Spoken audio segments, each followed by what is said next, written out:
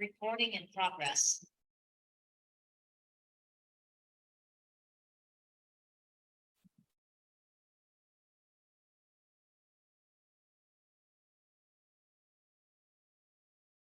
Good evening, sir. Good evening. आवाज आ रही है? Yes, sir. ठीक है।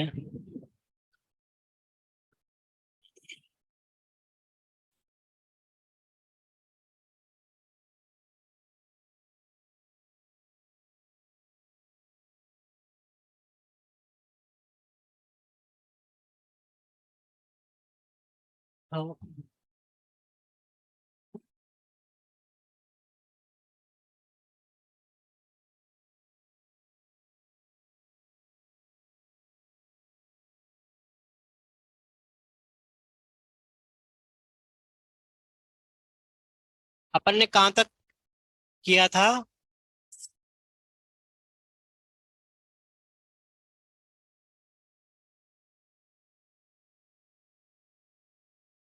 रेशनल नंबर चल रहे थे ना अपने?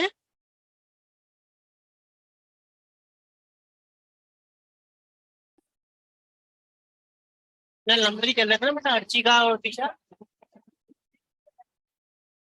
पहला अपन ने लिखा था ऑपरेशन चल रहा था तो एडिटिंग हुआ था, एडिशन वाला लिख दिया था ना।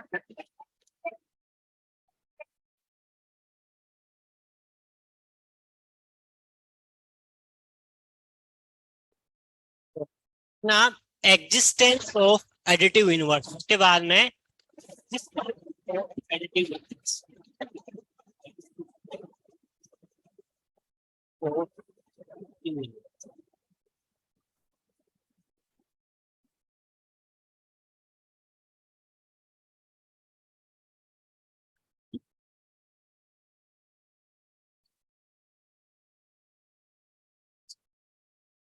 एडिटिव इनवर्स का मतलब आपने फ्रैक्शन के बारे में या होल नंबर के बारे में, डेसिमल के बारे में जब ये पढ़ा था तो वहां भी अपन ने एडिटिव इनवर्स को सीखा था।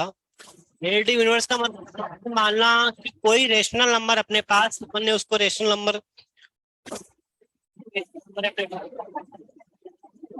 ए अपन बी की, ये कुछ भी हो सकता है, बी की वैल्यू भी कुछ भी हो सकती है, तो होगा ना। हेलो,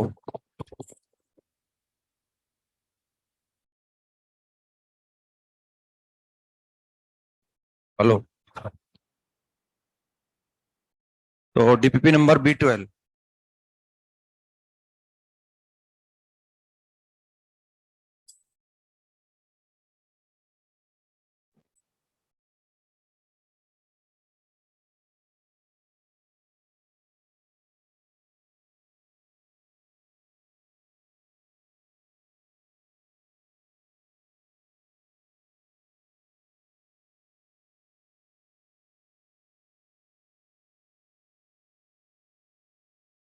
B12 के आंसर लिखो आप पहले।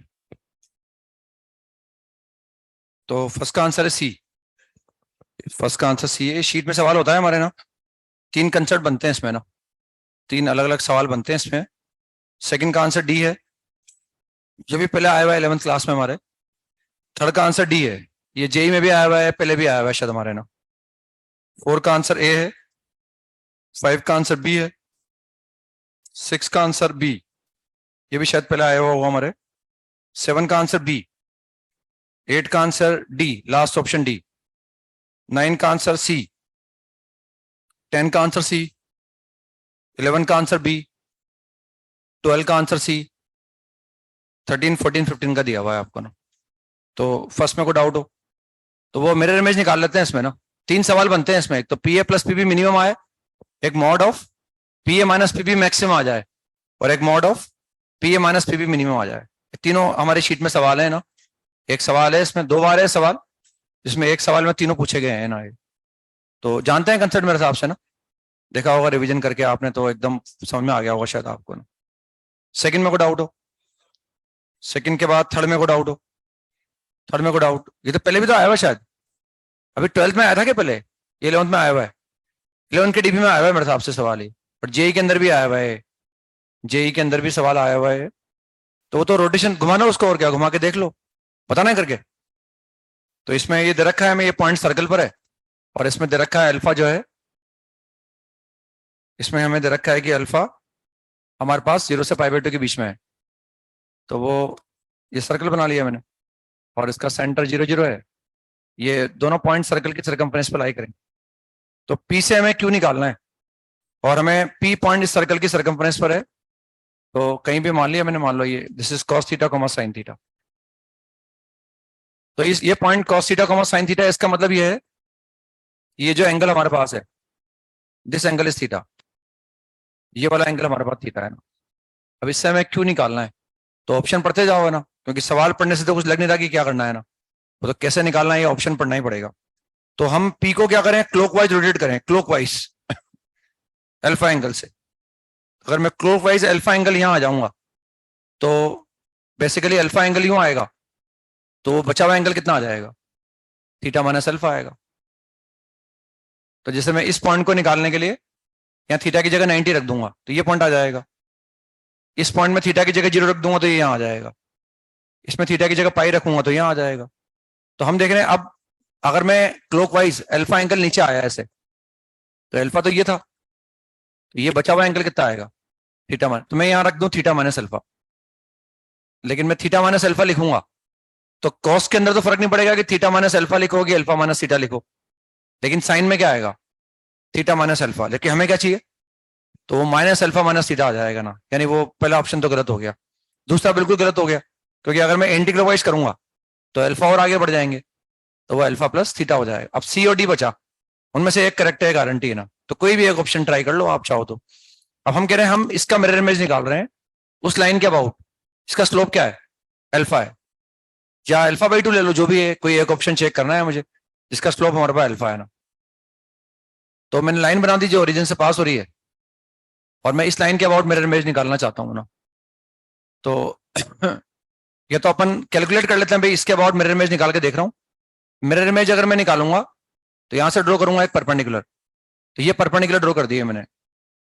तो बेसिकली मिरर इमेज अगर होगा तो ये बराबर होगा, और जब मैं इसको इससे मिलाऊंगा तो ये दोनों ट्राइंगल कॉन्ग्रुएंट बन जाएंगे, ये वाला ट्राइंगल और ये वाला ट्राइंगल दोनों कॉन्ग्रुएंट बनेंगे ना। तो हम क्या करते हैं, हमने मान लिया कि भाई वो मिरर इमेज आएगा ओरिजिन से पास होने वाली किसी लाइन के अबाउट, तो हम इसका अपने आप स्लोप निकाल लेंगे। अब इस लाइन का स्लोप निकालने के लिए मुझे ये वाला एंगल चाहिए, ये वाला एंगल हमें चाहिए, है ना। और ये जो पॉइंट हमारे पास है कितना है, ये हमने मान लिया कि क्यू इज, इसका एंगल कितना है, theta minus alpha minus theta. ये मान लिया भाई इसके लिए एंगल थीटा अल्फा माइनस, यानी यहाँ अगर मैं अल्फा की जगह अल्फा माइनस थीटा रख दूंगा तो ये आ जाएगा। तो ये एंगल कितना हो गया, इसका मतलब what this angle is alpha minus theta, ये एंगल अल्फा माइनस थीटा हो जाएगा। ये आ रहा है समझ में जो लिख रहा हूँ, मतलब मैं ऑप्शन, अब हमें बताया कि किसी ओरिजिन से पास होने वाली किस लाइन के अबाउट हम मिरर इमेज निकालें कि यहां से ये पॉइंट आ जाए। तो मान लिया मैंने ये किसी लाइन के अबाउट में ओरिजिन निकाल, तो मैं इस लाइन का स्लोप निकाल रहा हूँ, मतलब है ना, हम स्लोप निकाल रहे हैं कि स्लोप tan अल्फा है या tan अल्फा/2 है। अब इसका स्लोप निकाल रहे हैं अपन, इस लाइन का स्लोप। तो देखो ये जो बचा हुआ एंगल है ना हमारे पास, ये जो बचा हुआ है, क्योंकि ये पूरा एंगल यहां से यहां तक का एंगल कितना है, ये थीटा है, और ये एंगल कितना है, तो बचा हुआ एंगल कितना हो गया, थीटा माइनस, बचा हुआ एंगल हो गया theta minus alpha minus theta, that is 2 theta minus alpha हो गया, है ना। तो वो जो एंगल है वो तो ये पूरा है, वो तो ये पूरा एंगल होगा, लेकिन हम जानते हैं ये ट्राइंगल और नीचे वाला ट्राइंगल दोनों कॉन्ग्रुएंट है, तो इसका आधा एंगल कर दो। तो आधा एंगल करने पर कितना आ गया, यानी ये एंगल कितना आ गया, थीटा माइनस अल्फा/2। तो ये एंगल भी कितना है, थीटा माइनस अल्फा/2। समझ रहे हैं। अब हमें इस लाइन का स्लोप निकालने का मतलब ये वाला एंगल निकालना है, ये एंगल निकालना। तो ये एंगल थीटा माइनस अल्फा/2 है, और ये एंगल अल्फा माइनस थीटा, दोनों को जोड़ दो तो थीटा माइनस अल्फा/2 और प्लस अल्फा माइनस थीटा अल्फा/2। और अगर ये एंगल अल्फा/2 है, what is slope of this line, यानी हम उस लाइन के अबाउट मिरर इमेज निकालेंगे जिसका स्लोप tan अल्फा/2 है, तब जाके वो पॉइंट आ जाएगा ना। ठीक है ना। इसके बाद नेक्स्ट 4 में को डाउट हो, ये भी पहले आया हुआ है सवाल है ना। 5 में को डाउट हो भाई, वो अंदर वाले बराबर कर दो, बराबर देखो वो सी ऑप्शन पर भी आएंगे ना, वो a/1 - r, a/1 - r आ गया, भाई वो sine inverse x plus cos inverse x बराबर पाई बाई 2 कब होता है? तब जो साइन इनवर्स एक्स के अंदर है वही कहाँ आना चाहिए, कॉस इनवर्स एक्स के अंदर आना चाहिए, तब जाके वो बराबर आएंगे। तो इनको बराबर कर दिया हमने तो इससे आ गया हमारे पास 3a अपॉन a प्लस 3। अब यहां से तो बहुत सारी वैल्यू आ सकती है ए और बी की, तो हमें ऑप्शन दे दिया उन्होंने ना। फर्स्ट ऑप्शन में अगर मैं रखूंगा तो ये बराबर नहीं आएंगे, बी ऑप्शन में जो आ रहे हैं उनको रख दो, बराबर आ जाएंगे। लेकिन इनका बराबर आना पर्याप्त नहीं है, बराबर आने के साथ साथ ये वैल्यू -1 से 1 में आनी चाहिए, और ये वैल्यू भी। अब जैसे सी ऑप्शन देखेंगे ना, तो सी ऑप्शन में भी बराबर आ जाएंगे, लेकिन सी ऑप्शन में ए बराबर 6 है, जैसे मैं ए बराबर 6 रखूंगा तो ये 2 आ जाएगा, and this can not B 2 क्योंकि ये साइन इनवर्स के अंदर है, इससे सी इज इनकरेक्ट। वरना सी अगर मैं रखूंगा तो सी भी सेटिस्फाई कर रहा है इसको ना, इससे सी इनकरेक्ट होगा, क्योंकि अगर ये साइन इनवर्स के अंदर है तो ये -1 से 1 में होना चाहिए, ये कॉस इनवर्स के अंदर है तो ये -1 से 1 में होना चाहिए। That's why C is incorrect, क्योंकि सी भी सेटिस्फाई कर रहा है। वरना 6 में को डाउट हो, 6 में को डाउट, 7 में को डाउट हो। 7 में तो सिंपल जानते हैं आप, डिवाइड बाय dt निकालते हैं ना आप, वो रेट ऑफ मेजर निकाल रहे हैं। मतलब हमें दे रखा है कि अगर मैं उस पॉइंट के नीचे आऊंगा, मतलब यहां से स्टार्ट किया उसने, सर्कल का इक्वेशन हमारे पास है x² + y² = 1। इनिशियली पॉइंट यहाँ है हमारे पास, और उस पॉइंट का x कितना है, हाफ है, और उसका y कितना है, √3/2 है। अब वो y डिक्रीज, उसका y डिक्रीज हो रहा है, तो y अगर डिक्रीज होगा मतलब पॉइंट नीचे आएगा सर्कमफ्रेंस पर, और नीचे आते ही x क्या होगा, बढ़ेगा ना। तो x और t दोनों टाइम के फंक्शन है, तो हम जानते हैं x और y में रिलेशन तो ये x और y में रिलेशन है, पर इसको with respect to t differentiate कर दो, तो ये कितना आ गया, 2x dx/dt plus 2y dy/dt बराबर 0 आ गया ना। 2 से 2 को काट दो, x into dx/dt plus y into dy/dt बराबर 0। अब t बराबर 0 पर x कितना है, t बराबर 0 पर हाफ, तो यहां हाफ रख दूंगा। y कितना है, और dy/dt कितना दिया हुआ है मुझे, -3 बोलूंगा उसको, डिक्रीजिंग है ना वो, तो ये -3 आएगा तो वो इंटरचेंज हो जाएगा, उससे dx/dt क्या आ जाएगा, पॉजिटिव आ जाएगा, क्योंकि समय बढ़ने से x बढ़ेगा, जैसे जैसे पॉइंट नीचे आएगा इसका y कम होगा, लेकिन x क्या होगा, बढ़ेगा ना, तो dx/dt पॉजिटिव आएगा, रेट ऑफ चेंज पॉजिटिव आएगी ना, इसलिए हम उसको -3 लिखेंगे, है ना, बस उससे अपने आप dx/dt निकल जाएगा। नेक्स्ट, इसके बाद क्वेश्चन नंबर 8 में को डाउट हो, ये तो सिंप्लीफाई करने पर x² आ गया बस, और x² इज ऑलवेज डिफरेंशिएबल, ये आ गया fx बराबर x², ये लिखा हुआ है बस, and this is always differentiable. तो the number of points of non differentiability is 0। ये तो जानते हैं डिफरेंशिएबिलिटी का स्मूथ ग्राफ होना चाहिए, और ये डिफरेंशिएबल होता है ना। 9 में को डाउट हो, 9 में डाउट हो गया, 10 में को डाउट हो, 10 में को डाउट, क्वेश्चन नंबर 10 में को डाउट, 11 में को डाउट, 11 में को डाउट, 12 में को डाउट, 13 में को डाउट। नीचे कॉस का एंगल 0 जा रहा है, बस वो एंगल का स्क्वायर नीचे क्रिएट कर दो आप, तो जैसे एंगल का स्क्वायर नीचे क्रिएट करोगे, एंगल का स्क्वायर नीचे क्रिएट करेंगे ना हम, तो एंगल का स्क्वायर नीचे क्रिएट करते कॉस की क्या हो जाएगा, 1 माइनस कॉस, उस एंगल का स्क्वायर नीचे क्रिएट कर दिया तो कितना हो गया, वो हाफ हो गया, वो तो हाफ हो गया, लेकिन उसके लिए एंगल का स्क्वायर मुझे क्रिएट करना पड़ा, मुझे ये लिखना पड़ा है ना, ये ऐसे लिखना पड़ा, ये तो था कॉस का एंगल, ऊपर कितना है, x की पावर 4 है। अब ये लिमिट निकालनी है बस अपने को, तो इसको एक्सपेंड कर दो बस आप, एक्सपेंड करते ही x से x कट जाएगा, तैयार है वो कटने के लिए बिल्कुल, यहां आएगा -x²/2, तो बनेगा +x²/2, तो मिनिमम पावर नीचे कितनी आ गई, 4 आ गई, ऊपर भी x की पावर 4 है, x की पावर 4 को x की पावर 4 से काट दूंगा, तो नीचे बचेगा 1/4, तो 1/4 1/2, 8 इज द आंसर, है ना। मतलब एक्सपेंशन लगा दिया इसमें और कैलकुलेट कर लिया, नहीं हुआ सवाल। इसके बाद नेक्स्ट 14 में को डाउट हो, जेई में भी आया हुआ है, टीपीपी नंबर 26 का क्वेश्चन नंबर 8 देखो आप, वो इसी तरह का सवाल है, टीपीपी नंबर 26 का क्वेश्चन नंबर 8। हालांकि थोड़ा उसने डबल डेटी पूछा है उन्होंने, वो ज्यादा कॉम्प्लिकेटेड था, एडवांस में आया हुआ सवाल था, थोड़ा सा दिमाग लगाना पड़ा, मतलब डिफरेंशिएशन करना आता है, उन्होंने इसमें भी दिमाग लगा लिया है ना।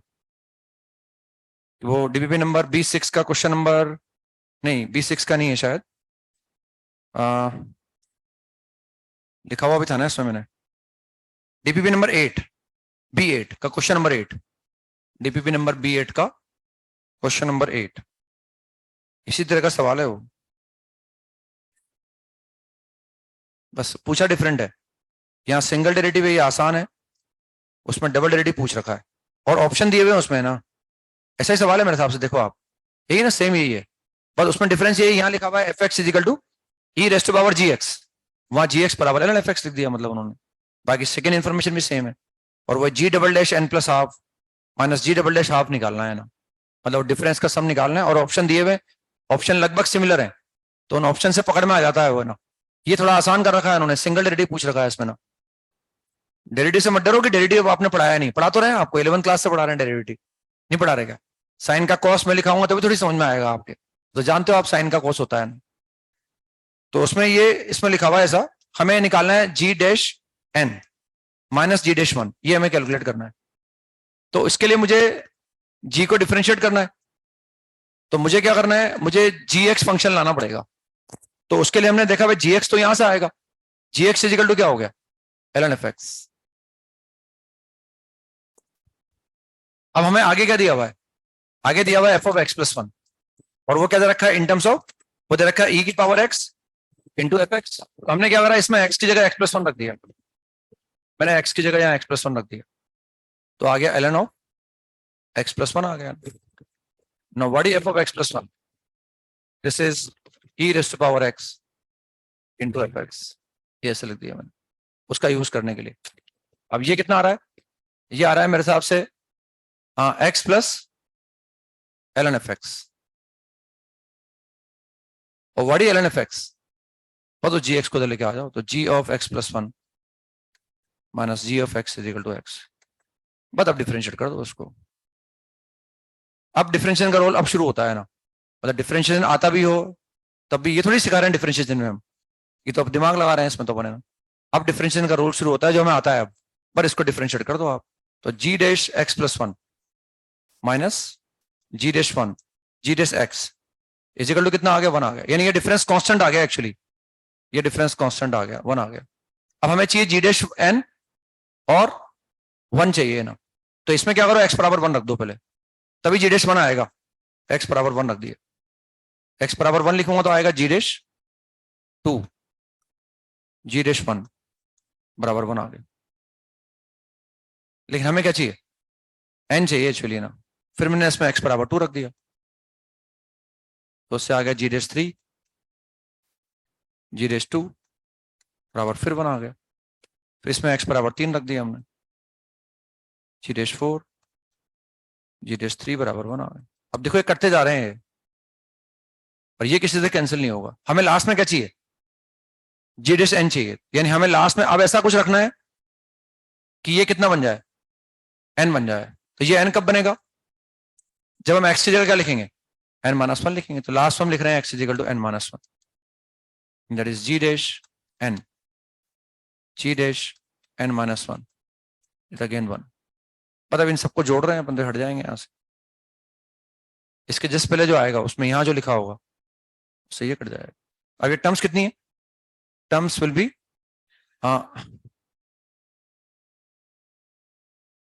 n माइनस 1, तो n माइनस 1 आ जाएगा ऐड करने, तो जब g dash n minus g dash 1 is equal to n minus 1, और वो 20 दिया हुआ है, तो n minus 1 is equal to 20, तो n बराबर 21 इज द आंसर।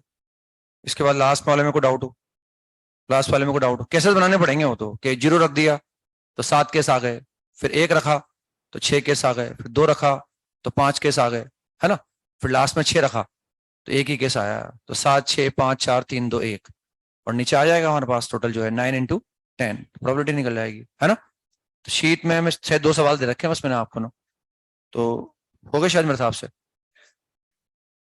तो इवन E2 में को डाउट हो, है डाउट, इवन में को डाउट, E2 में को डाउट, पता ना, तो अभी मैं सवाल कराऊंगा उससे और ज्यादा समझ में आ जाएगा। तो बेसिक कंसेप्ट तो खत्म हो गया, अब तो रूल रेगुलेशन पढ़ रहे हैं अपन, जिससे थोड़ी मेहनत बचे, अदरवाइज तो इसी को पकड़ लें अगर हम, भाई डिफरेंशियबिलिटी ऐसे निकालते हैं बस, तो भी कोई दिक्कत नहीं है अपने को।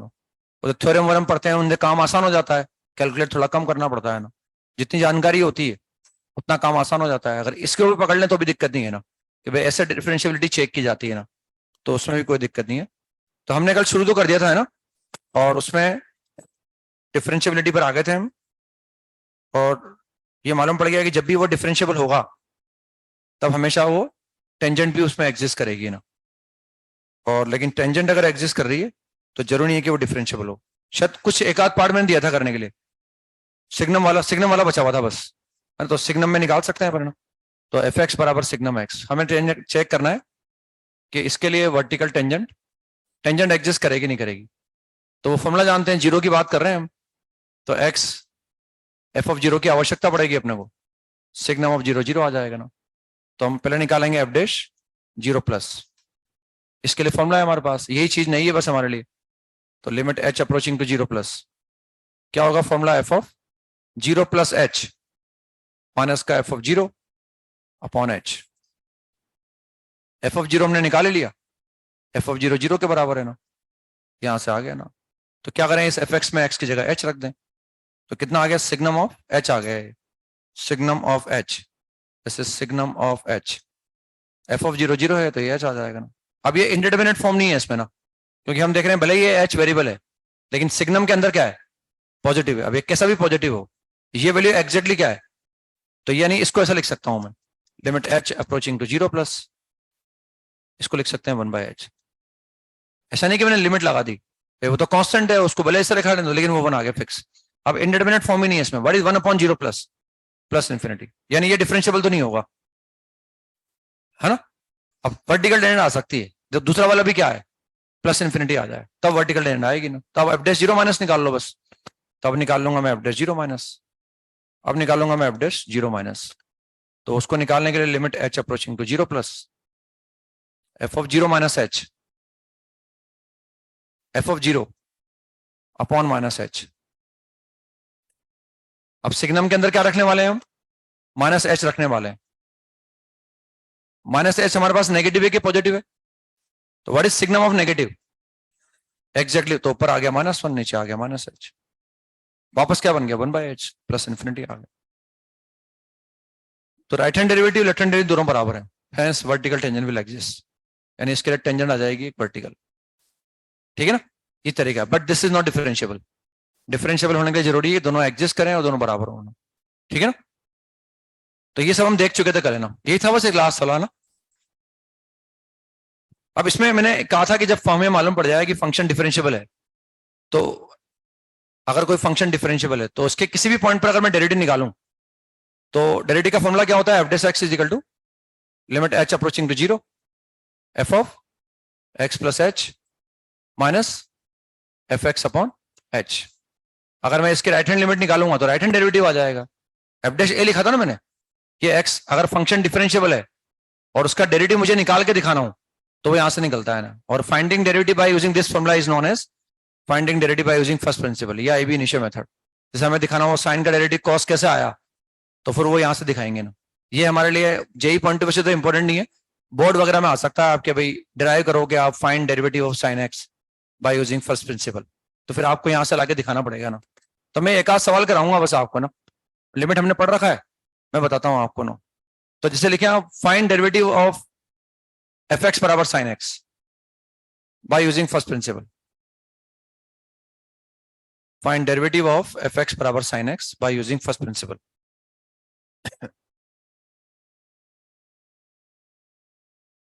बस अब ये फर्स्ट प्रिंसिपल से निकालें, एबी इनिशियल मेथड से निकालें, तो ये तरीका है, यहां से हम निकाल सकते हैं इसको बस, है ना। तो हम जानते हैं डिफरेंशियबल होता है, कैसे जानते हैं, क्योंकि ग्राफ स्मूथ होता है, क्योंकि इसका ग्राफ हम जानते हैं ना। डिफरेंशियबिलिटी चेक करना भी आता है हमें, लेकिन हम जानते हैं ना। तो सिंस एफ डैश एक्स का फॉर्मूला लिख दो आप, ये एक बार फॉर्मूला लिख दिया भैया ना, जब एग्जाम में बोर्ड में करेंगे तो पहले फॉर्मूला लिख देंगे, सिंस एफ डैश एक्स बराबर दिस, या सॉल्यूशन लिख देंगे ऐसे ना। रिप्रेजेंटेशन जितना अच्छा होता है उतना सही लगता है ना, ये ऐसा लिख दिया ताकि अच्छा लगे एकदम दिखने में ना। फिर ये फॉर्मूला लिख दिया है ना, therefore f dash x is equal to, मतलब यहां से निकाल लूंगा, therefore f dash x is equal to limit h approaching to zero plus f of x plus h, तो कितना आ गया, sine of x plus h आ गया ना, एफ एक्स साइन एक्स आ गया, और ये h आ गया, बस इसकी लिमिट निकालनी है अपने को, ये तो आता ही है सब कुछ हमें। क्या बन गया, 0/0 बन गया, तो sine c minus sine d का फॉर्मूला लगा लो, sign c minus sine D, limit तो निकालना आता ही है हमें, साइन सी माइनस, ये 0+ नहीं है ना, 0 ही है ना, समझ रहे ना, 0 ही है, वो तो राइट हैंड लिमिट तो राइट हैंड डेरिवेटिव आ जाएगा, left hand limit left hand derivative आ जाएगा, तो sine c minus sine d का फॉर्मूला लगा दिया, 2 sine c minus d/2 cos of c plus d/2 upon h। अभी भी किस तरह का फॉर्म है, 0/0, ये सब कर रखे हैं, तो क्या टाइम पास थोड़ी कर रहे हैं अपन, लेकिन एक से काम चल जाएगा बस, फिर मैं एक एक देता रहूंगा और आप करते लाना आना, इसी लिमिट का यूज करना है अपना। फॉर्मूला कैसे आया वो समझाई दिया मैंने आपको, वो कैसे आता है ना। अब ये साइन का एंगल कहां जा रहा है, 0 पर, तो सेम एंगल का होना चाहिए नीचे, इस 2 को नीचे लेके आ जाओ, बाय यूजिंग इस तरह लिमिट, ये लिमिट कितनी हो गई 1, और वहां लिमिट अप्लाई करो cos x, तो ये बस प्रूफ हो गया, बस ऐसे निकाल लिया फटाफट हम। तो जब भी आ जाए भाई ऐसे बाय यूजिंग फर्स्ट प्रिंसिपल निकालो, ऐसे फटाफट निकाल के दिखा दिया हमने। जब ये निकाल के लाना है घर से आपको, एफ एक्स बराबर, एक तो अंडर रूट साइन एक्स का निकाल के लाना है, under root of sine x, और एक निकालना है आपको f x is equal to cos square x by using first principle. इनके डेरिवेटिव निकाल के दिखाने हैं आपको। यहाँ पर एफ एक्स ये हो गया, यहाँ पर एफ एक्स ये हो गया ना, बस ये लिमिट निकालनी है, लिमिट के सारे तरीके हमें आते ही निकालने के, तो इन दोनों का निकाल के लाना है bye using first principal.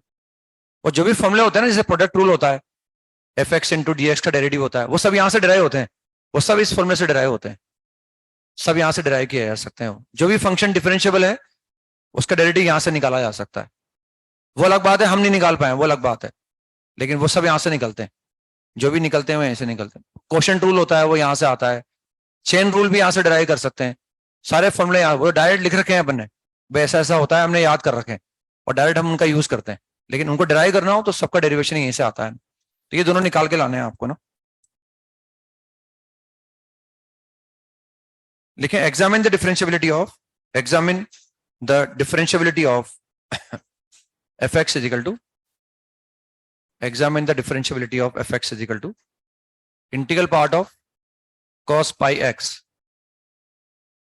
x is less than equal to 1, 2 into fractional part of x minus 1, x is greater than 1 at x is equal to 1. Examine the differentiability of this function at x is equal to 1. तो नई चीज जैसे हम continuity check करते हैं, तो हम जानते हैं फंक्शन की वैल्यू निकालते हैं, राइट हैंड लिमिट निकालते हैं, लेफ्ट हैंड लिमिट निकालते हैं, या हमें डिफरेंशिएबिलिटी चेक करनी है, तो हमें एफ डैश 1+ निकालना है और एफ डैश, तो नई जो बात हमारे लिए है वो एफ डैश 1+ लिखना नई बात है हमारे लिए। बस जैसे एफ डैश a+ लिखा है हमने, a की जगह 1 रख देंगे हम, तो हम एक बार एफ डैश 1+ निकाल लेंगे और एक बार एफ डैश 1- निकाल लेंगे। लग रहा है दोनों एग्जिस्ट कर रहे हैं और बराबर हैं, this function will be differentiable. 1 पर हमें डिफरेंशिएबिलिटी चेक करनी है, x बराबर a पर डिफरेंशिएबल कब होगा, सवालों पर ध्यान मत दो आप, लिमिट पढ़ चुके हैं अपन, अब तो कंसेप्ट ध्यान रखना है कि डिफरेंशिएबिलिटी की मुझे करना क्या है, ये ध्यान रखना है। अगर मैं चाहता हूं 1 पर डिफरेंशिएबिलिटी चेक करना, तो मुझे एफ डैश 1+ निकालना है, this is right hand derivative at x is equal to 1, एक मुझे ये निकालना है left hand derivative at x is equal to 1। अगर लगेगा ये बराबर है और एग्जिस्ट कर रहे हैं तो ये डिफरेंशिएबल है। ये लिखना इंपॉर्टेंट है मेरे लिए बस कि ये होता क्या है, जैसे ही एक बार ये लिखा बस फिर लिमिट का सवाल हो गया, लिमिट निकाल लेंगे अपन, ये लिखना ही नई बात है हमारे लिए बस।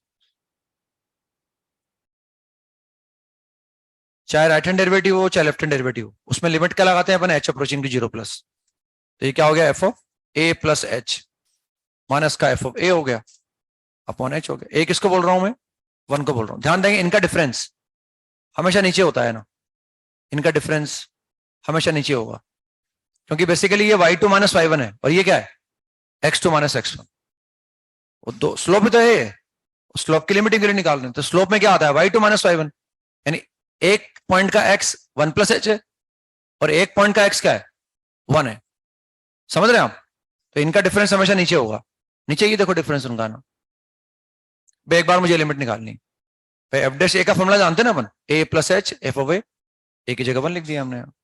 अब एफ ऑफ 1 की जरूरत यहां भी पड़ेगी वहां भी पड़ेगी, तो एफ ऑफ 1 अलग से निकाल लो। What is f of 1? F of 1 is equal to भैया एक्स की जगह 1 रख दो। व्हाट इज कॉस पाई -1? -1 का इंटीग्रल पार्ट -1, ये अलग से निकाल के दिखा दिया हमने। बस यहाँ रख दो और उसको रख के कैलकुलेट कर। 1 प्लस इसमें एच 0 से बड़ा है, तो जहां एक्स लगेगा 1 से बड़ा है वहां रख देंगे उसको ना, उसकी लिमिट निकाल लो फटाफट। अब तो लिमिट का रोल है, कोई डिफरेंशियबिलिटी का रोल नहीं है, बस ये फॉर्मूला नई बात है, लिख दो धैर्य रख के लिमिट निकाल लो ना। तो फोकस उस बात पे करो कि मुझे फॉर्मूला नया है मेरे लिए, वो मुझे सही लिखना है। उसके बाद तो लिमिट अगर समझ में आई होगी तो सवाल होगा, अब वरना तो फिर बेकार है, वरना तो कुछ नहीं होगा। डिफरेंशियबिलिटी में सिर्फ ये फॉर्मूला लिखना नई बात है, एक बार फॉर्मूला लिखा लिमिट का सवाल बन गया, वो लिमिट का सवाल कैलकुलेट कर लो आप। अब लिमिट अगर कमजोर है तो फिर ये कमजोर रहेगा। आप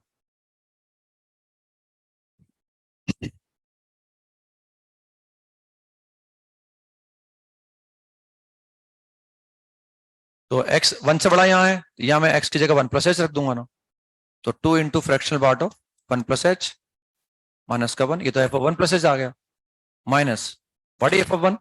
-1, ब्रैकेट लगा दिया मैंने, अपॉन एच, ये ऐसा लिख दिया मैंने।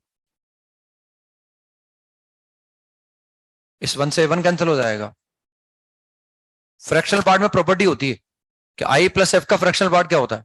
f, इससे 1 को गायब कर दो तो क्या बचा? बस ये फ्रैक्शनल पार्ट ऑफ h बचा। इस फ्रैक्शनल पार्ट ऑफ h में भी h क्या है? 0 प्लस, और अगर h 0 प्लस है, what is fractional part of h? h, उसको h लिख सकते भाई, नीचे भी तो h है ना हमारे पास, 0/0 ही बन रहा है अभी भी। अगर मैं इसको h भी लिख दूंगा, इसको अगर मैं ऐसे भी लिख दूंगा ना, अब सभी अनुभव काम आएगा हमारे ना। लिमिट कितनी ईमानदारी से पढ़ा है मैंने, तो शायद ईमानदारी से पढ़ा है, आपने कितनी ईमानदारी से सीखा है ये आपको देखना पड़ेगा। तो 0/0 ही बन रहा है, क्योंकि 0 प्लस का फ्रैक्शनल पार्ट क्या होता है? i प्लस का फ्रैक्शनल पार्ट 0 पर ही अप्रोच करता है, तो ये भी 0 है, नीचे भी 0 है।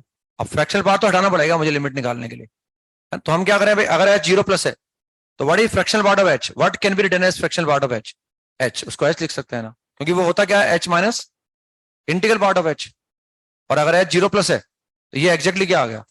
0 आ गया, तो उसको h लिख सकते हैं अपन, तो h से h कट जाएगा and the limiting value is 2। तो राइट हैंड डेरिवेटिव आ गया भाई। उम्मीद है ये डिफरेंशिएबल आएगा। अगर ये इन्फिनिटी आ जाता या माइनस इन्फिनिटी तो वर्टिकल टेंजेंट तो आ सकती थी, लेकिन वो डिफरेंशिएबल नहीं होता। तो उम्मीद है मतलब हमें, यानी हमें एक प्रयास और करना पड़ेगा, हमें एफ डैश 1 माइनस बी निकालना ही होगा। निकालो उसको, आप कितना आता है देखो। एफ डैश 1 माइनस का फॉर्मूला लिखना ही नहीं बात है बस मेरे लिए। Limit h approaching to 0 plus f of a minus h minus f of a upon minus h। इनका डिफरेंस हमेशा नीचे आएगा, इनका डिफरेंस नीचे आएगा, नीचे आ गया डिफरेंस क्योंकि नीचे x2 माइनस x1 है। अब ये लिमिट निकालनी है मुझे, अब 1 माइनस मुझे निकालना है, तो मैं यहां से निकालूंगा, बस रख दूंगा उसमें x। निकालो उसको, कितना आ रहा है? हो गया, कितना आ रहा है? 0 आ गया उसमें। तो दोनों एग्जिस्ट कर रहे हैं लेकिन बराबर नहीं है, hence function is not differentiable.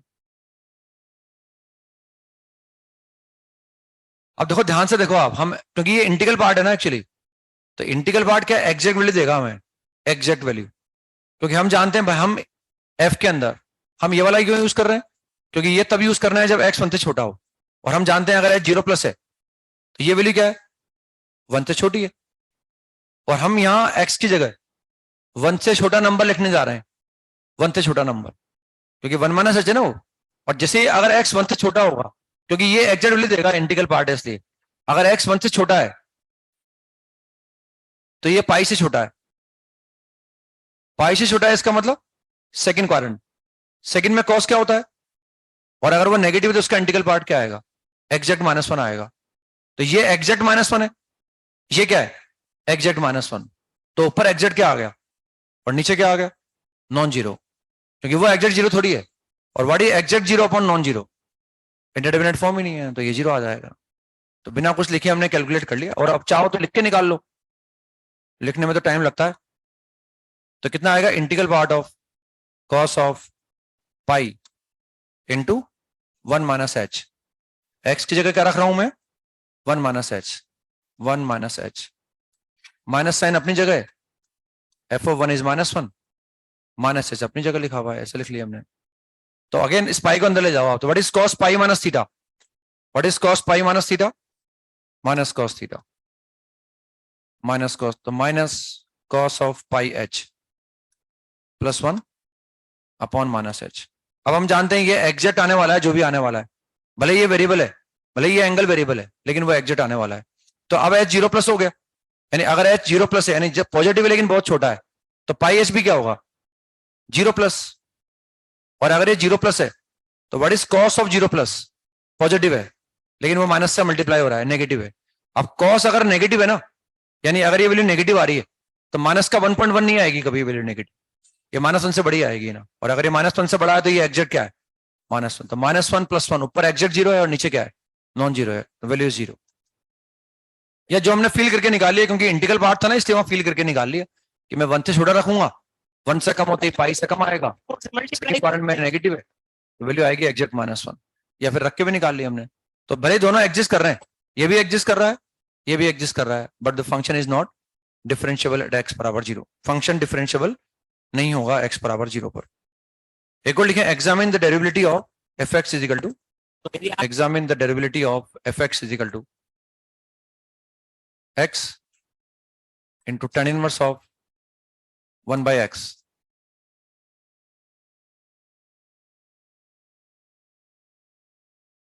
at x = 0।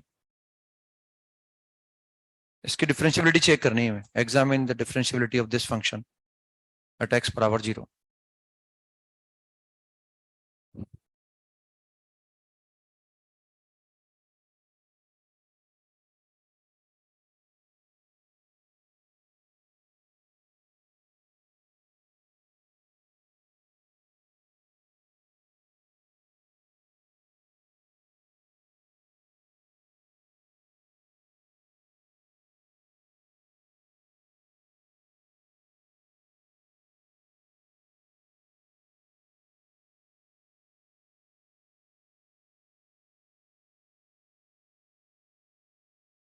तो f डैश 0+ निकालना है और f डैश 0-।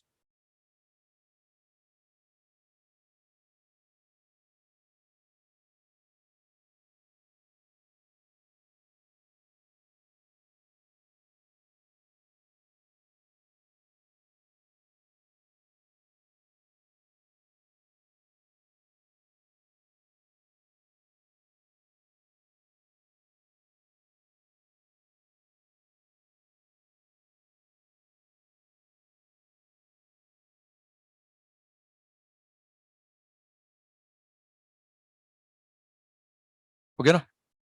तो function is not differentiable, this is not differentiable at x = 0। फिर मुझे f डैश 0+ निकालना पड़ेगा और f डैश 0- निकालना पड़ेगा, बस ये लिखना ही नई बात है मेरे लिए। और इसका फॉर्मूला क्या है, h approaching 0+ f of a + h, a हमारे पास 0 है तो a + h minus f of a upon h। अब f ऑफ 0 की आवश्यकता पड़ेगी, जो क्लियर कट क्या दे रखा है उन्होंने, 0 दे रखा है, बस यहाँ रख दो उसको आप, h अप्रोचिंग 0+, ये हम x की जगह क्या रख रहे हैं, fx में x की जगह में h रखना है, और ये जो h है ये पॉजिटिव है मतलब नॉन जीरो है, और जब भी x नॉन जीरो होगा इस fx का यूज करना है अपने को ना। तो क्या करेंगे, यहाँ रख देंगे हम x की जगह h, तो h tan inverse of 1/h, f of 0 0 है ही सही अपॉन h। ऊपर जो 0 बन रहा है ना वो इसके कारण बन रहा है, क्योंकि अगर h 0+ है तो what is 1/h plus infinity, और what is tan inverse of infinity π/2। तो ऊपर 0 इसके कारण नहीं बन रहा, इसके कारण बन रहा है, तो जिसके कारण 0 बन रहा है नॉन जीरो नंबर को नॉन जीरो नंबर से काट दो। और what is tan inverse of infinity plus π/2, तो दिस इज प्लस π/2। यानी उम्मीद तो है डिफरेंशिएबल आ सकता है, बस ऐसे राइट हैंड लिमिट निकाल लो, लेफ्ट हैंड लिमिट निकाल लो, लेफ्ट हैंड डेरिवेटिव निकाल लो। तो since f dash 0- again limit h approaching to 0+ f of a - h, यानी 0-h माइनस का f ऑफ 0, और इनका डिफरेंस नीचे आ जाएगा ना, -h आ जाए। अब के बारे में क्या करना है, फंक्शन में क्या रखना है, x की जगह 0 -h रखना है आपके बारे में, तो यही रखेंगे -h वापस है ना। तो x की जगह रख रहे हैं minus H, tan inverse of minus 1/h, f of 0 0 है ही, माइनस एच अपनी जगह आ जाएगा ना। Now what is tan inverse of minus x, minus tan inverse x, तो इसका माइनस साइन बाहर निकालूंगा तो ये पॉजिटिव हो जाएगा, अगेन 0/0 बन रहा है, इससे कट जाएगा। अब what is tan inverse of plus infinity, pi by, और नीचे क्या है -1, तो -π/2 आ जाएगा। अगेन दोनों एग्जिस्ट कर रहे हैं लेकिन बराबर नहीं है, therefore function is not differential. तो ये आदत में लाना है, मतलब अपने को सिर्फ ये लिखना आना चाहिए, उसके बाद लिमिट में थोड़ी कमांड है हमारी, तो फिर में कोई दिक्कत नहीं है, हम डिफरेंशियबिलिटी चेक कर सकते हैं ना, बड़ी आसान है। नोट में लिखें, नोट के अंदर लिखें इफ एन इवन फंक्शन, ये मैंने फंक्शन में लिखाया था आपको ना, लेकिन इसका कोई प्रूफ वगैरह बताया नहीं था, मैंने कहा था ये डिफरेंशियबिलिटी में यूज करेंगे अपन। If an even function is differentiable at x is equal to 0, if an even function is differentiable 0, if an even function is differentiable at x is equal to 0, then f dash 0 must be equal to 0. ये even odd की property लिखाते हैं ना अपन, वहां लिखाया था मैंने आपको इवन ऑड की प्रॉपर्टी में, if even function is differentiable at x बराबर 0, then its derivative यानी f dash 0 must be equal to 0. जब भी कोई इवन फंक्शन अगर 0 पर डिफरेंशियबल होगा तो 0 पर हमेशा 0।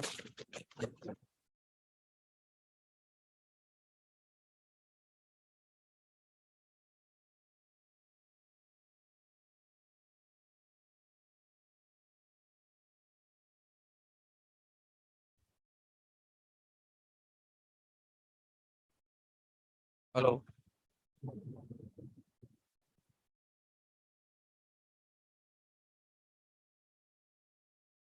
टोट क्या कर रहा हूँ और क्या है ना, होता है ना टोट का, फोन नहीं चल रहा हो तो बंद कर दो उसको एक बार। ये टोट का कर रहा हूँ मैं, काम कर गया मेरे हिसाब से ना। तो if even function is differentiable at x बराबर 0, then f dash 0 must be equal to 0, यानी जब भी कोई इवन फंक्शन होगा और वो 0 पर डिफरेंशियबल हो, जैसे मॉड x का एग्जांपल है, हम मॉड x में चेक कर चुके कि मॉड x 0 पर डिफरेंशियबल नहीं है, कल देखा था cos x 0 पर क्या होगा, डिफरेंशियबल। तो जब इवन फंक्शन हो डिफरेंशियबल हो और उसका डेरिवेटिव कितना आएगा, 0 आएगा हमेशा, f dash 0 की वैल्यू हमेशा 0 ही आएगी। इसको हम प्रूव कर सकते हैं ना, फिर उसके बाद याद रख लेंगे इसको ना। फंक्शन हमें ये दिया हुआ है कि वो इवन है, तो f ऑफ माइनस एक्स बराबर कितना आ जाएगा, fx आ जाएगा ना, f of minus x equal to x। ये फंक्शन के बारे में जानकारी है। हम चेक कर रहे हैं 0 पर डिफरेंशियबिलिटी, तो मैं f dash 0 प्लस निकालने की कोशिश करूंगा, और इसका फॉर्मूला हम जानते हैं ना, h approaching to 0 plus f of 0 plus h minus का f ऑफ 0 अपॉन h आ जाएगा। ऐसे ये ऐसे लिख लिया इसको हमने, this is f dash 0 plus. अब सिंस फंक्शन अगर इवन है तो मैं इस f ऑफ h को ऐसे भी लिख सकता हूं ना, मैं f ऑफ h को ऐसे भी लिख सकता हूं, क्योंकि वो इवन है इसलिए f of minus h will be same as f of h। और ये जो h था इसको मैंने ऐसे लिख दिया, तो ये तो नहीं लिख सकते अपन ऐसे, भाई वहां तो h लिखा हुआ था, ये तो समझ में आ गया भाई बराबर है, तो उस माइनस साइन को एडजस्ट करने के लिए माइनस साइन मैंने बाहर लिख दिया ऐसे। अब तो ठीक है मेरे हिसाब से ना भाई, ये अभी भी क्या लिखा हुआ है प्लस h, और इस f ऑफ h की जगह लिख दिया ना। Now what it will become,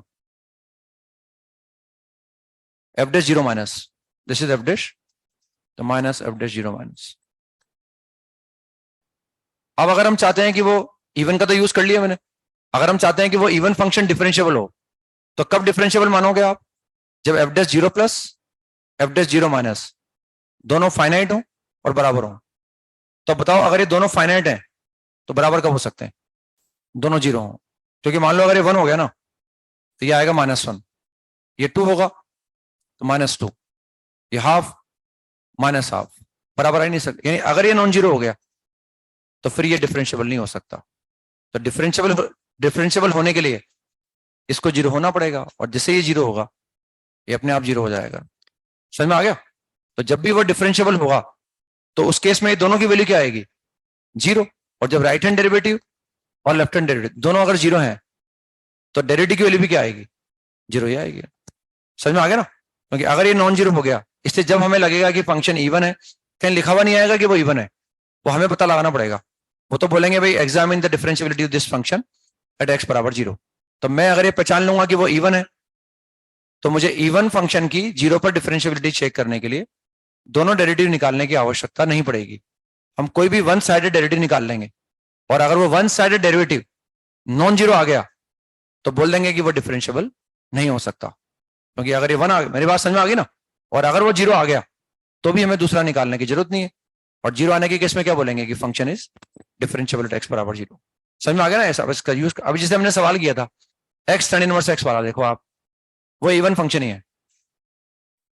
उस फंक्शन को देखो, वो इवन है, दिख रहा है इवन है, और हमें 0 पर डिफरेंशिएबिलिटी चेक करनी थी, तो हम क्या करें, सिर्फ राइट हैंड डेरिवेटिव से काम चला सकते हैं। What is right hand derivative, plus पाई/2, तो 100% लेफ्ट हैंड क्या आएगा, आ ही रहा था वो ना, तो हम उसे एक तरफा निकाल कर अपन बोल सकते हैं कि that will not be differentiable. सिर्फ वो राइट हैंड डेरिवेटिव पाई/2 आया, वहीं से बोल सकता हूं मैं कि that is not differentiable at x बराबर 0, वो डिफरेंशिएबल नहीं होगा। नेक्स्ट देखिए ना, examine the differentiability of fx is equal to e raised to power -1 by x square. x is not equal to 0, 0 x बराबर 0 at x is equal to 0. Examine the differentiability of this function at x बराबर 0.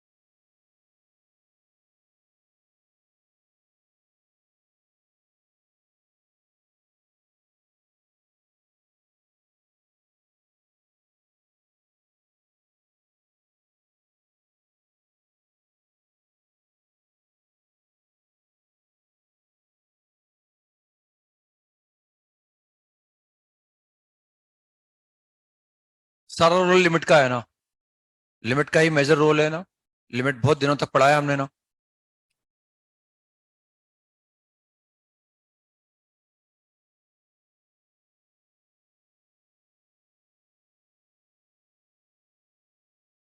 तो this is differentiable है ना, this is again ये even function है, this is an even function.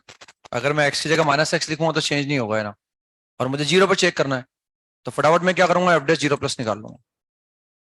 और अगर ये 0 आ गया तो मुझे राइट हैंड डेरिवेटिव निकालने की जरूरत नहीं है, नॉन 0 आया तब भी निकालने की जरूरत नहीं है ना, तो मुझे ये निकालना है सिर्फ। तो इसके लिए फॉर्मूला है हमारे पास, limit h approaching to 0+ f of 0 + h minus का f of 0 upon h। f of 0 क्योंकि दिख ही रहा है 0 है हमारे पास, पर इसमें क्या रखो आप, x की जगह h रख दो। अब ये जो h हमारे पास है ये तो नॉन 0 है, और जब भी x नॉन 0 होगा तो फंक्शन हम ये वाला लेंगे, इसमें रखेंगे हम x की जगह h, तो -1 अपॉन h², और h आ जाएगा ना। किस तरह का फॉर्म बन रहा है, 0/0, क्योंकि h अगर 0+ है तो ये क्या होगा, इन्फिनिटी होगा, और बड़ी e की पावर -∞, 0, और ये भी 0 है, तो 0/0 बन रहा है ना। अब हमारे पास क्या है, ये कैलकुलेट करना है, इंडिटरमिनेट फॉर्म बन रही है। तो अगर एक्सपोनेंशियल होता है ना, तो उसमें एक एक्सटर्नल लिमिट हमारे पास है, x की पावर n अपॉन e की पावर x। अगर x अप्रोचिंग टू इन्फिनिटी हो तो उसको 0 बोलते हैं अपन।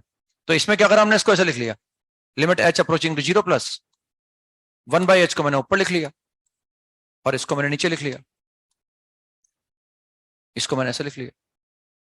अब ये इन्फिनिटी बाय इन्फिनिटी बन गया, अब ये बन गया इन्फिनिटी बाय इन्फिनिटी। अभी तो ये 0/0 था, क्योंकि वो e की पावर x मुझे नीचे चाहिए था एक्सटर्नल लिमिट लगाने के लिए, इसलिए इसको नीचे लेके आ गया मैं।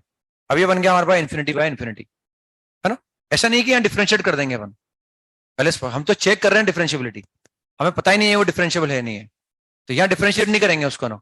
ऐसा नहीं कि डिफरेंशिएट कर दिया नीचे 1 आ गया, क्योंकि फिर तो इसी को डिफरेंशिएट करो डायरेक्ट। तो यहाँ डिफरेंशिएट नहीं कर सकते क्योंकि हमें पता ही नहीं है डिफरेंशिएबल है नहीं है ना, इसलिए डिफरेंशिएबिलिटी चेक कर रहे हैं अभी अपन ना। तो यहाँ हम देख रहे हैं इसको मैंने ऐसे लिख लिया। अब क्या करें, आसान करने के लिए हमने 1/h को t मान लिया, 1/h बराबर t। अगर h 0+ है तो व्हाट इज 1/0 प्लस इन्फिनिटी, तो t कहां अप्रोच करेगा, t अप्रोच करेगा इन्फिनिटी पर।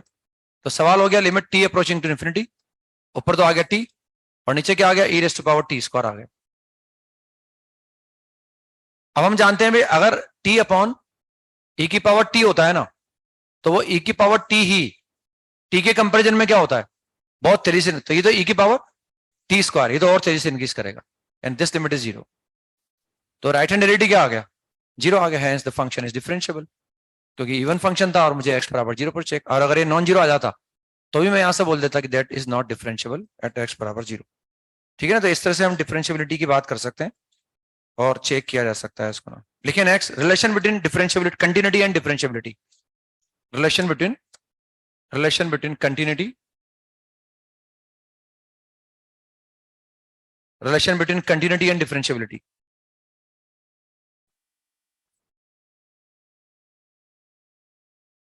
Relation between continuity and differentiability.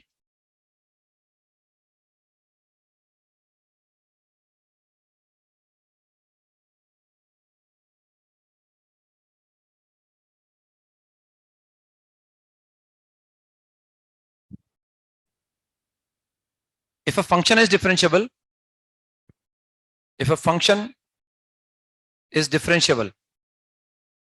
then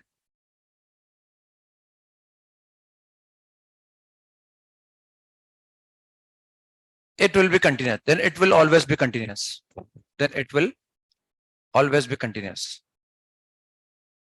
यानी अगर कोई फंक्शन किसी पॉइंट पर डिफरेंशिएबल है तो उसकी कंटिन्यूटी अलग से चेक करने की जरूरत नहीं है आपको, that will be continuous always, हमेशा होगा। यानी हम बोल सकते हैं दैट इज टू से differentiability implies continuity, that is to say differentiability implies continuity, differentiability implies continuity, यानी जब लगे भाई फंक्शन यहाँ डिफरेंशिएबल है तो 100% वो कंटिन्यूस जरूर होगा ना, कंटिन्यूस होगा, but it's converse is not always true, यानी अगर कोई फंक्शन कंटिन्यूस है तो ये जरूरी नहीं है कि वो डिफरेंशिएबल होगा, है ना। वैसे छोटे छोटे एग्जाम्पल मैंने कराया ना, वो काम आएंगे हमारे इस बात को समझाने के लिए कि डिफरेंशिएबल होगा तो कंटिन्यूस जरूर होगा, और अगर कंटिन्यूस है तो जरूरी नहीं डिफरेंशिएबल। जैसे फॉर एग्जाम्पल हमारे सामने छोटा सा एग्जाम्पल है, mod x, y बराबर mod x, क्या है 0 पर कंटिन्यूस है, लेकिन ये डिफरेंशिएबल नहीं है 0 पर। Continuity does not imply differentiability, ऐसा नहीं कि अगर कंटिन्यूस है तो डिफरेंशिएबल नहीं हो सकता, बट ये हम ये बोल रहे हैं कि continuity does not imply differentiability, differentiable है तो कंटिन्यूस जरूर होगा, लेकिन अगर वो कंटिन्यूस है जरूरी नहीं है डिफरेंशिएबल हो।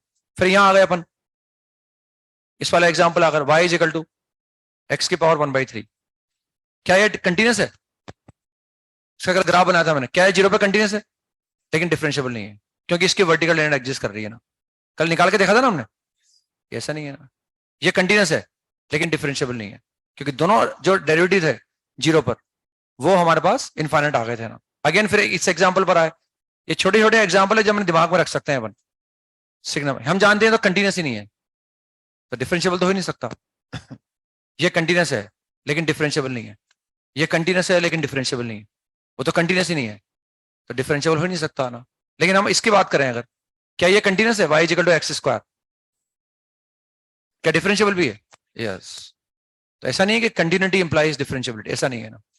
हम ये बोल सकते हैं कि अगर कोई भी कंटिन्यूस फंक्शन है और वो ऐसा कंटिन्यूस फंक्शन हो जिसका राइट हैंड डेरिवेटिव और लेफ्ट हैंड डेरिवेटिव दोनों एग्जिस्ट कर रहे हैं, जैसे यहां एग्जिस्ट नहीं कर रहे क्योंकि यहां दोनों क्या आ रहे हैं प्लस इनफिनिटी, क्योंकि ये कल हमने निकाले हैं, छोटे छोटे से फंक्शन है, ये हमारे दिमाग में रख सकते हैं कंसेप्ट को क्लियर करने के लिए।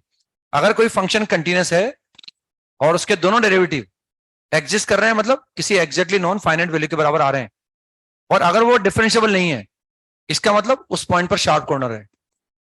जैसे ये शार्प कॉर्नर है, ये शार्प कॉर्नर थोड़ी है, ग्राफ स्मूथ है यहाँ तो भाई, ये ग्राफ स्मूथ ही तो है।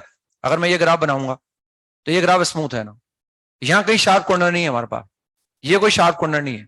अगर कोई कंटिन्यूस फंक्शन किसी पॉइंट पर, कंटिन्यूस फंक्शन भी ऐसा जिसके दोनों डेरिवेटिव राइट हैंड और लेफ्ट हैंड क्या आ रहे हो, एग्जिस्ट कर रहे हो, अगर वो कंटिन्यूस फंक्शन जिसके दोनों डेरिवेटिव एग्जिस्ट कर रहे हैं वो अगर उस पॉइंट पर डिफरेंशिएबल नहीं है, इसका मतलब उस पॉइंट पर एक शार्प कॉर्नर है वहां।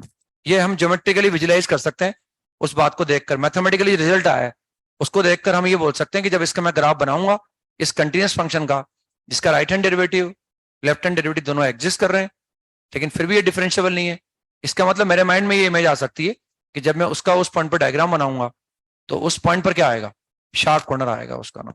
ये हम उसका डायग्राम ऐसा इमेज बना सकते हैं उसके लिए ना, ठीक है ना। तो यहाँ लिखे ऐसा है ना, geometrically if a continuous function, geometrically if a continuous function, फिर लिखा ब्रैकेट में whose LHD and RHD exist, geometrically if a continuous function whose LHD मतलब left hand derivative and right hand derivative exist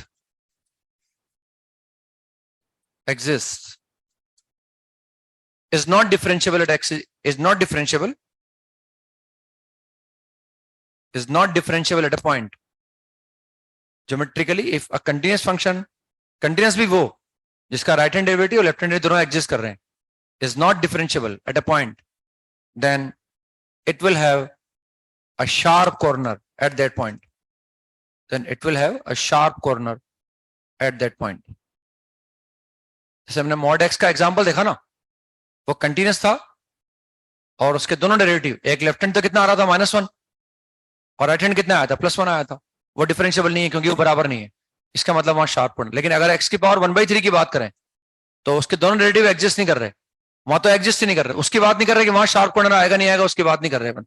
लेकिन जब दोनों exist कर रहे होंगे और वो बराबर नहीं होंगे तो 100% वहां फिर एक शार्प कॉर्नर ही आएगा हमारे पास।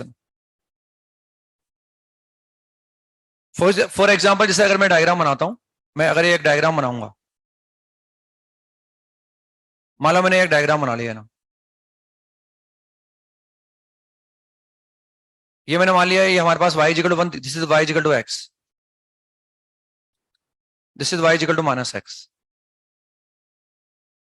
y equal to -x, y equal to -x, ये मैंने एक डायग्राम बना लिया। यानी ये जो इक्वेशन है ये x बराबर -1 है, ये x बराबर 1 बना दिया मैंने, ये y इक्वल टू x का डायग्राम है और ये जो इक्वेशन है y इक्वल टू -x का है। क्या इस फंक्शन में कहीं कंटिन्यूटी के बारे में डाउट है आपको कि भाई कहीं डिसकंटिन्यूस हो रहा हो? It is continuous everywhere. अब इसकी डिफरेंशिएबिलिटी में डाउट कहाँ आएगा? भाई ऐसा कहाँ लग रहा है कि ग्राफ स्मूथ नहीं है? भाई 1 के बाद ये स्मूथ है, -1 के पहले भी स्मूथ है, 1 से -1 के बीच में मुझे कितनी जगह डाउट है? शार्प कॉर्नर मुझे कितनी जगह नजर आ रहा है? 3 जगह, एक तो 0 पर, एक 1 पर और एक -1 पर। अब मैं इन पर डिफरेंशिएबिलिटी चेक करने के लिए या तो मैं फंक्शन का यूज करके निकाल सकता हूं, मैं f'1+ निकालूंगा, f'1- निकालूंगा, या हम यहीं से देख सकते हैं ना भाई ये शार्प कॉर्नर है, नो डाउट यहाँ डिफरेंशिएबल नहीं होगा ना। कैसे बोल सकते हैं बात? अगर मैं f'1+ निकालूंगा, f'1+ का मतलब क्या है कि 1 को जस्ट राइट में लाई करने वाले एक पॉइंट से मिला दूंगा और उसका स्लोप निकाल लूंगा। तो ये 1 को जस्ट राइट में लाई करने वाले एक पॉइंट से मिला रहा हूं। What is f'1+? 100% 0 आएगा, दिख रहा है आपको? अब f'1- निकालूंगा, 1 को लेफ्ट में इसका स्लोप निकालूंगा, what is slope of this? 1, तो ये 0 आ रहा है, 1 आ रहा है, हेंस कंटिन्यूस तो है लेकिन वो डिफरेंशिएबल नहीं है। यहां देख सकते हैं 0 पर इसका स्लोप कितना आ रहा है? 1, इसका -1, डिफरेंशिएबल हो नहीं सकता ना, यहां निकाल सकते हैं। जस्ट लेफ्ट में एक पॉइंट लिया मैंने, राइट में, what is slope of this? इसका स्लोप कितना आ गया? 0 आ गया, डिफरेंशिएबल नहीं हो सकता वो। समझ में आ गया ना? जब भी वो कंटिन्यूस फंक्शन होगा जिसके दोनों डेरिवेटिव एग्जिस्ट कर रहे होंगे, अगर वो बराबर नहीं आ रहे होंगे तो मतलब वो डिफरेंशिएबल नहीं होगा, तो इसका मतलब कहीं ना कहीं हमारे माइंड में आएगा कि उस कर्व पर, उस पॉइंट पर एक शार्प कॉर्नर हमारे पास है, ठीक है ना। अगेन लिखें नेक्स्ट यहां पर हमारे पास, फिर ये लिखें नोट में लिखें, let f(x) be a function, note में लिख लेना,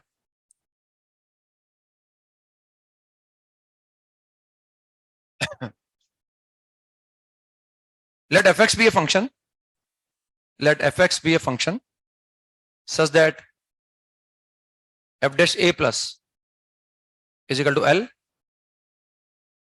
and f dash a minus is equal to m. fx एक फंक्शन है और उसका मैंने a पर राइट हैंड डेरिवेटिव निकाला वो L आ गया और a पर लेफ्ट हैंड डेरिवेटिव निकाला वो m आ गया ना. Now if नेक्स्ट आंसर लिख रहे हैं अपन फर्स्ट पॉइंट, ये डेरिवेटिव निकालने आ गए अपने को ना, आगे ना निकालना है. राइट हैंड डेरिवेटिव निकाल सकता हूं मैं किसी भी पॉइंट पर, लेफ्ट हैंड डेरिवेटिव निकाल सकता हूं. fx एक फंक्शन है जिसका a पर राइट हैंड डेरिवेटिव L आ गया. अभी मैंने L और m के बारे में कुछ नहीं बोला, बस वो राइट हैंड जो भी है वो L फाइनाइट है कि इनफाइनाइट है, एग्जैक्टली नोन है, ऐसे वो m आ गया हमारे पास. Now first point, both L and m exist, यानी दोनों डेरिवेटिव क्या कर रहे हैं, एग्जिस्ट कर रहे हैं. And L is equal to m, दोनों एग्जिस्ट भी कर रहे हैं और बराबर भी हैं. Then the function fx will be differentiable at x is equal to a, hence it will be continuous also. क्योंकि जब भी फंक्शन डिफरेंशिएबल है तो वो कंटिन्यूअस होगा ही होगा. ऐसा बोलने की जरूरत नहीं है function is differentiable and continuous, ऐसा बोलने की जरूरत नहीं है. डिफरेंशिएबल बोलने के बाद कंटिन्यूटी को बोलने की कोई जरूरत नहीं है. Then fx will be differentiable at x is equal to a, hence it will be continuous also. तो दोनों डेरिवेटिव निकाले मैंने, दोनों एग्जिस्ट कर रहे थे. एग्जिस्ट करने का मतलब एग्जैक्टली नॉन फाइनाइट वैल्यू के बराबर आ रहे हैं और दोनों बराबर भी हैं, तो फंक्शन डिफरेंशिएबल आ गया, हैंस वो कंटिन्यूअस भी आ गया. सेकंड पॉइंट लिख रहे हैं ना, इफ ऊपर लिख रखा है हमने, नाउ इफ करके ऊपर लिख रखा है both L and m exist, both L and m exist but L is not equal to m. दोनों डेरिवेटिव एग्जिस्ट कर रहे हैं लेकिन बराबर नहीं है ना. then fx will be not differentiable at x is equal to a, but it will be continuous at x is equal to a.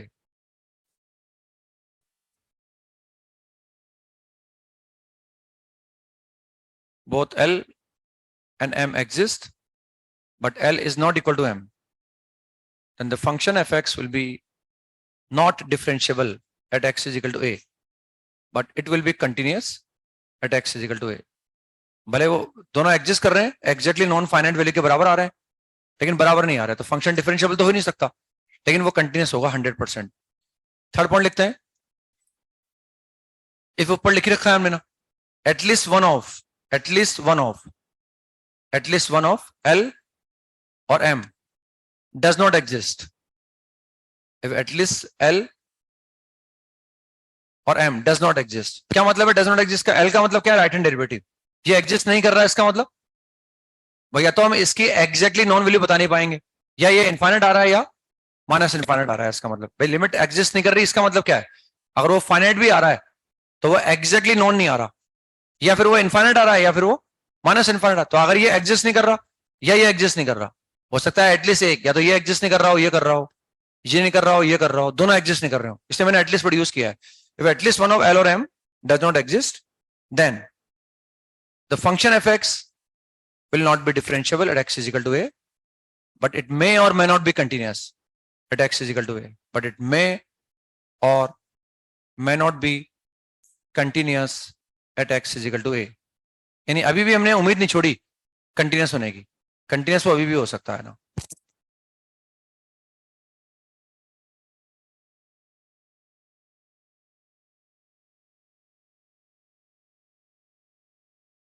पहले वाले पॉइंट में कोई डाउट नहीं है मेरे हिसाब से ना, पहला पॉइंट क्लियर है. सेकंड वाले में ये भी क्लियर इसलिए क्योंकि हमारे पास एग्जांपल है. मॉड एक्स का एग्जांपल देखो आप. सेकंड वाले में दोनों डेरिवेटिव क्या कर रहे हैं? एग्जिस्ट कर रहे हैं. और छोटे छोटे एग्जांपल इसलिए हमने सवाल शुरू में किए, दिमाग में माइंड में इमेज है हमारे, जिंदगी में कभी नहीं भूल सकते हम. एग्जाम्पल बहुत छोटा है, हमने अपने हाथ से निकाल के देखा है, तो कोई दिक्कत नहीं. जब भी कंफ्यूजन होने लगेगा उसको विजुलाइज कर सकते हैं अपन. मॉड एक्स एक 1 आ रहा है, एक -1, दोनों एग्जिस्ट कर रहे हैं लेकिन बराबर नहीं है, तो डिफरेंशिएबल तो नहीं है लेकिन कंटिन्यूअस है x बराबर 0 पर. थर्ड वाले का एग्जांपल देखो आप, x की पावर 1/3, दोनों डेरिवेटिव एग्जिस्ट नहीं कर रहे लेकिन फंक्शन क्या है? कंटिन्यूअस है, कंटिन्यूअस. अब सिग्नम का एग्जांपल लो, दोनों डेरिवेटिव क्या आ रहे हैं? प्लस इन्फिनिटी, यानी डिफरेंशिएबल तो नहीं है लेकिन वो कंटिन्यूअस भी नहीं है. सिग्नम फंक्शन 0 पर कंटिन्यूस नहीं है ना, मेरी बात समझ में आ गई? तो तीनों जो सवाल किए ना वो कहीं ना कहीं हमारे काम आ गए। इन मैं जब भी कंफ्यूजन होने लगे वो तीनों एग्जाम्पल हमारे माइंड में रख सकते हैं अपन, और सारा हर तरह का एग्जाम्पल आ गया, इन तीनों बातों को कवर कर लिया हमने। क्लियर हो गया ना? लेकिन अगर अब कोई भी फंक्शन कंटिन्यूस नहीं है, जैसे मैंने मान लो मुझे कभी इस फंक्शन की डिफरेंशियबिलिटी चेक करनी है, मैं कैसे यूज करूंगा इसका? क्योंकि कंटिन्यूटी यूज करना थोड़ा आसान है, कंटिन्यूटी को निकालना थोड़ा आसान है, क्योंकि हमें सिर्फ वैल्यू निकालनी पड़ती है, फंक्शन की लिमिट निकालनी पड़ती है। यहाँ तो F of A plus S लिखो, फिर एफ ऑफ ए लिखो, साथ में नीचे एच भी लिखो। कंटिन्यूटी निकालना थोड़ा सा आसान हमारे लिए, डिफरेंशियबिलिटी में ज्यादा एफर्ट करना पड़ता है। ये हम इसलिए लिख रहे हैं कि जब मुझे किसी फंक्शन की कंटिन्यूटी चेक करनी होगी तो मुझे लगेगा भाई कंटिन्यूटी चेक करना आसान है, तो मैं सबसे पहले उस एक्स बराबर है पर उसकी कंटिन्यूटी चेक कर सकता हूं। लगा कि वो कंटिन्यूस है तो उम्मीद है कि डिफरेंशियबल भी होगा, लेकिन लगा डिसकंटिन्यूस है तो डिफरेंशियबल हो नहीं सकता है ना। जब भी फंक्शन डिसकंटिन्यूस होगा वो कभी डिफरेंशियबल नहीं हो सकता। यहां लिख सकते हैं a discontinuous function can never be differentiable. यहां फोर्थ पॉइंट नहीं, ऐसे स्टार लगा के, a discontinuous function can never be differentiable. अगर वो किसी पॉइंट पर डिफरेंशियबल कंटिन्यूस नहीं है तो फिर वो डिफरेंशियबल नहीं हो सकता। If a function is discontinuous then it can not be differentiable. क्या लिखा है मैंने आपको? ये लिखा है क्या?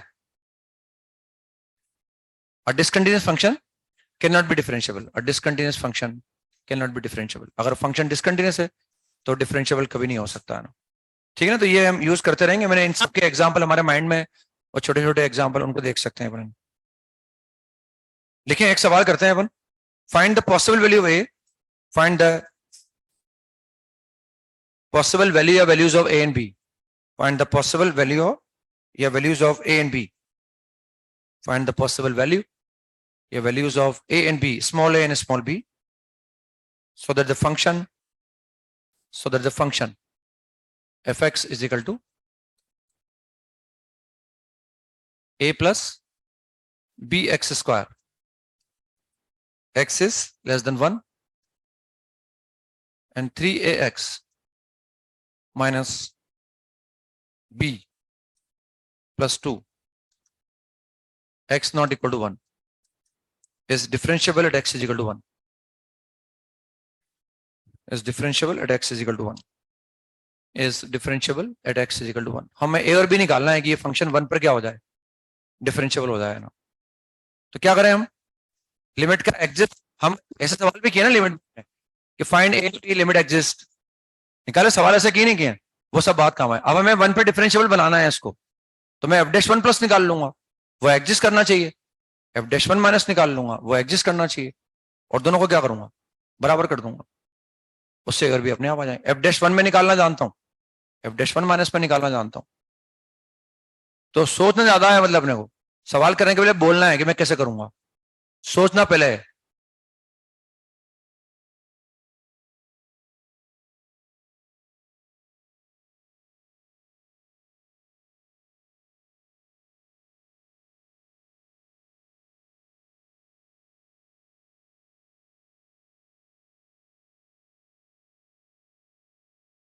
थ्री ए एक्स लिखा हुआ है वो ना, 3ax माइनस बी प्लस 2, नीचे वाला, जब x 1 के बराबर है 1 से बड़ा है।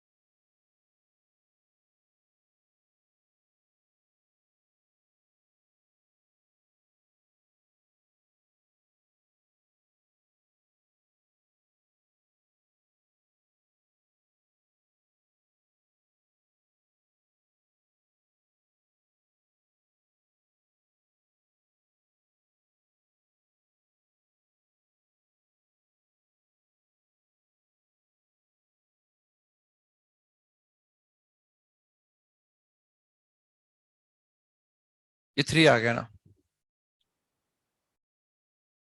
बस इसको लिखना है, उसके बाद हमें सब निकालना आता है, यहाँ से लिखते गए, कैलकुलेट करते गए।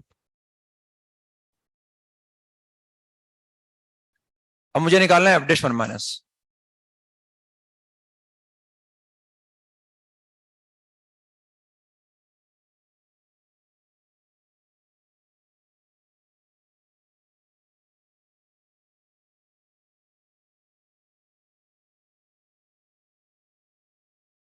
ये लिमिट भी एग्जिस्ट करनी चाहिए, तो 3 आ गया नो डाउट। ए कोई रियल वैल्यू है हमारे पास, तो ये तो एग्जिस्ट करेगा ही करेगा फटाफट में।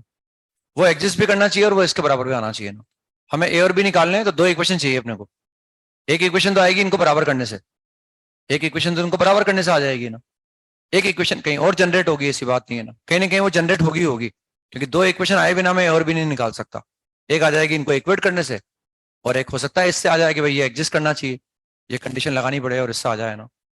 तो limit h approaching to 0 plus 1 minus h। तो जब x 1 से छोटा है तो इसका यूज करेंगे हम, यानी यहां क्या रखेंगे x की जगह 1 माइनस h। तो a plus b 1 minus h whole square minus f(1) कितना था 3a minus b plus 2 upon minus h। ये रख दिया मैंने तो बस।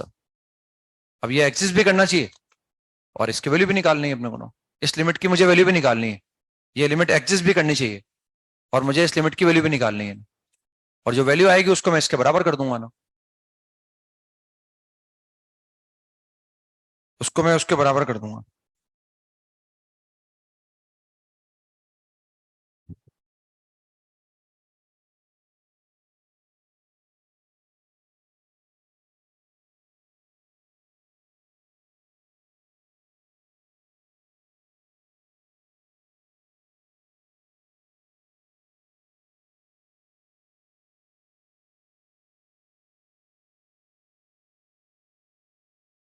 तो हम देख रहे हैं नीचे तो 0 जा रहा है, उसमें नीचे तो 0 आ रहा है, ऊपर क्या 0 आ रहा है, ऊपर h² का टर्म भी लग रहा है, h का टर्म भी नजर आ रहा है, और ऐसा भी टर्म दिख रहा है जहां h नहीं है, तो उसको अलग अलग कर लो आप। जैसे यहाँ a है, यहाँ कितना है -3 है, तो कितना आएगा -2a आ जाएगा। फिर यहां से प्लस b आएगा और वहां से भी प्लस b आएगा, तो वो कितना हो जाएगा 2b हो जाएगा।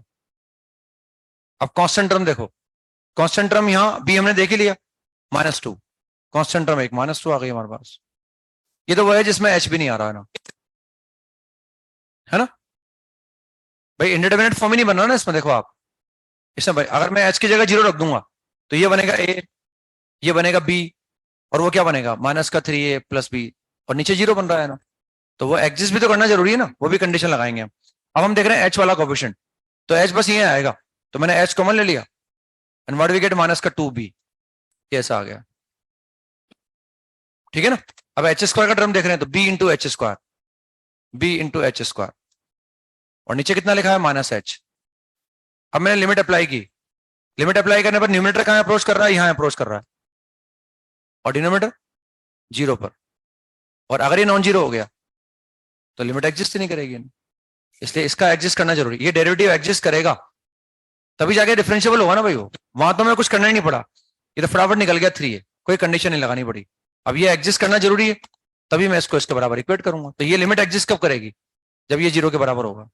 For this to be exist, for this to exist -2a plus 2b -2 बराबर 0। ये एक इक्वेशन आ गई हमारे पास ए और बी के अंदर, ये समझ में आ गया। और जैसे ही इसको 0 किया तो यहां से हट जाएगा, यहां से हटने के बाद अब किस तरह की फॉर्म आ गई, 0/0 आ गई ना। ऊपर 0 बन रहा है इसके कारण, इसके कारण, और इस नीचे बन रहा है इसके कारण। तो क्या करें, उसको काट दें। किसको किससे काटें, h को h से कैंसिल कर दो।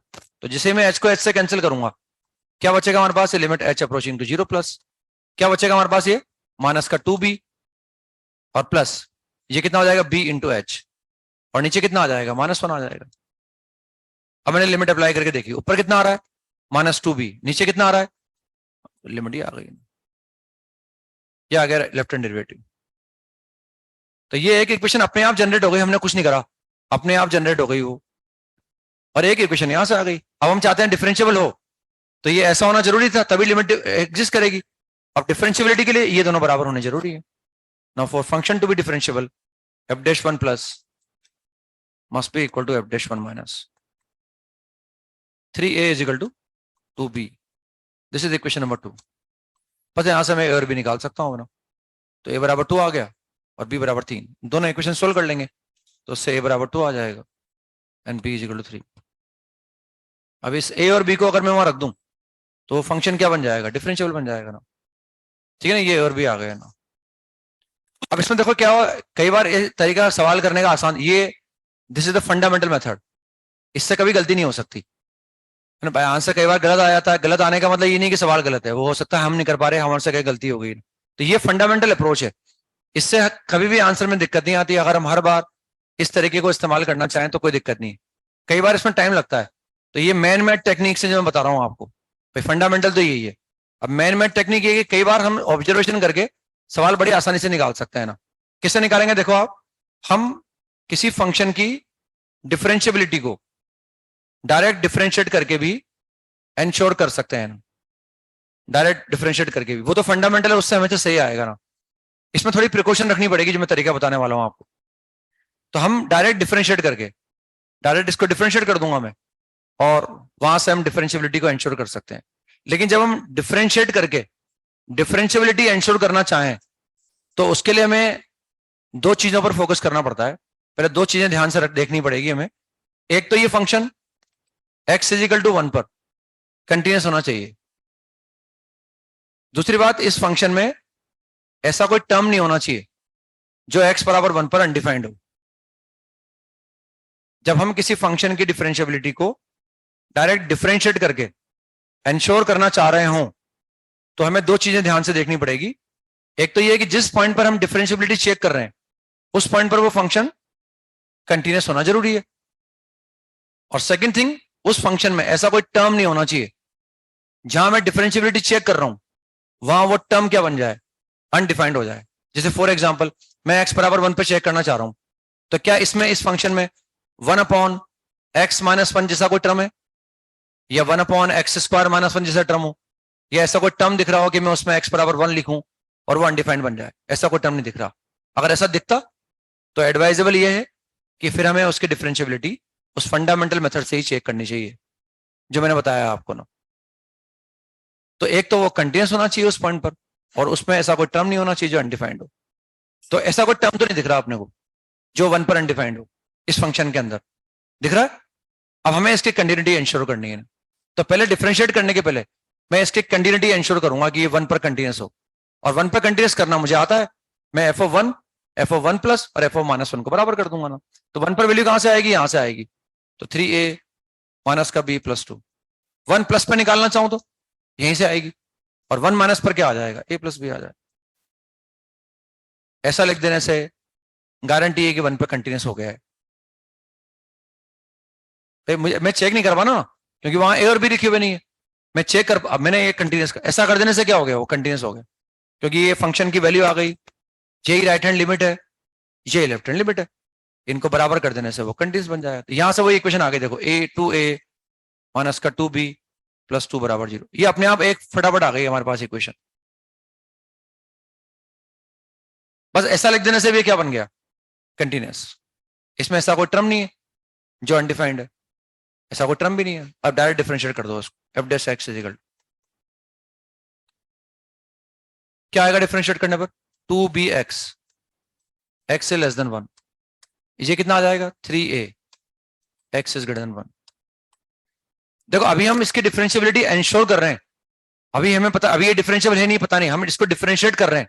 ऐसे a और b निकाल रहे हैं जिनको रखूंगा तो ये 1 पर डिफरेंशियबल हो जाएगा। और वो पर्टिकुलर वैल्यू हम क्या निकाल चुके, a बराबर 2 और b बराबर, a बराबर शायद 3 आया है, a बराबर 2 आया, b बराबर 3 आया। तो अगर मैं a की जगह 2 रखूंगा और b की जगह 3 रखूंगा तो वो पर्टिकुलर वैल्यू रखने पर ही क्या आएगा, 1 पर डिफरेंशियबल आएगा ना, उसके अलावा कुछ और रखूंगा तो डिफरेंशियबल नहीं आएगा। तो हम जब ऐसे डिफरेंशिएट कर रहे हैं ना, डायरेक्ट डिफरेंशिएट कर रहे हैं, तो हम यहां बराबर नहीं लगाएंगे भी, क्योंकि अगर मान लो मैंने ऐसा लिख दिया, इसका मतलब अब कोई आपसे कहे कि इस फंक्शन की x बराबर 1 पर वैल्यू निकालो, कितनी आएगी? अगर मैं कहूं इस फंक्शन की वैल्यू, हम जैसे इसको हमने gx मान लिया, फाइंड g of 1। अब g of 1 बोले या f(1) बोले की तो बात है। अब f(1) अगर 3 बोल रहा हूं, एफ डैश 1 को अगर मैं बता रहा हूँ वो 3 के बराबर है, इसका मतलब वो 1 पे डिफरेंशिएबल है और डेरिवेटिव क्या है 3 है, जबकि मैं डिफरेंशिएबिलिटी में चेक कर रहा हूँ, उसको एंश्योर कर रहा हूँ। इसलिए जब तक मैं एंश्योर निकलूंगा ना बराबर नहीं लगाऊंगा यहाँ पर। मेरी बात समझ रहे हैं? तो मैंने डायरेक्ट डिफरेंशिएट कर दिया है, हटा दिया यहाँ से ना। अब हम चाहते हैं कि ये डिफरेंशिएबल हो, तो एक तो कंटिन्यूस तो कर ही दिया। अब डिफरेंशिएबल कब होगा? जब एफ डैश 1 प्लस और एफ डैश 1 माइनस बराबर हो। एफ डैश 1 प्लस और एफ डैश 1 माइनस बराबर होना चाहिए ना।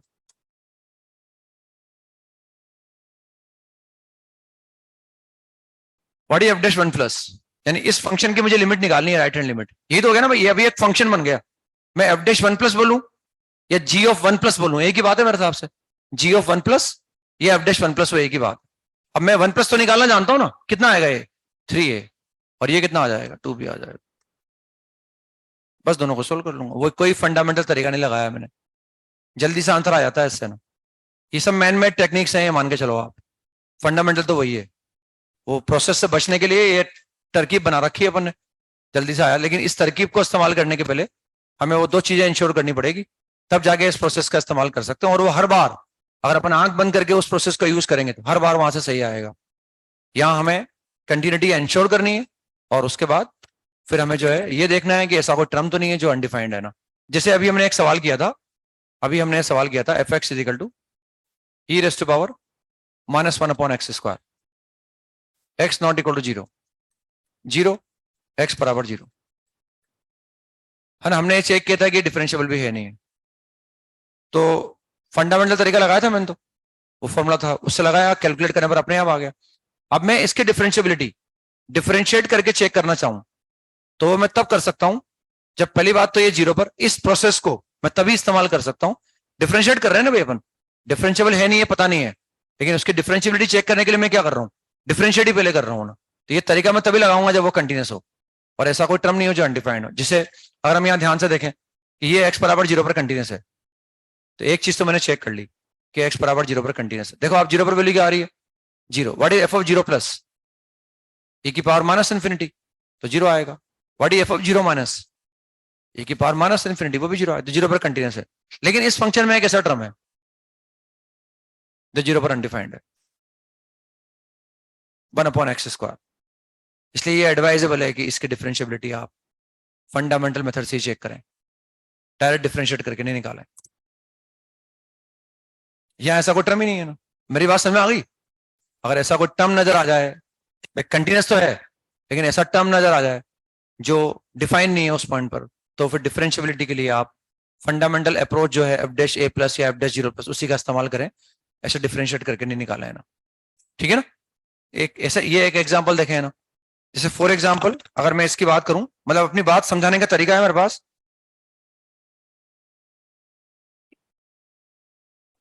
अगर मैं ये एग्जांपल लूं एफ एक्स बराबर f x is equal to 2x if x is greater than 1, x square if x is less than equal to 1, examine the differentiability of this function at x is equal to 1। मुझे x बराबर 1 पर इसकी differentiability check करनी है ना।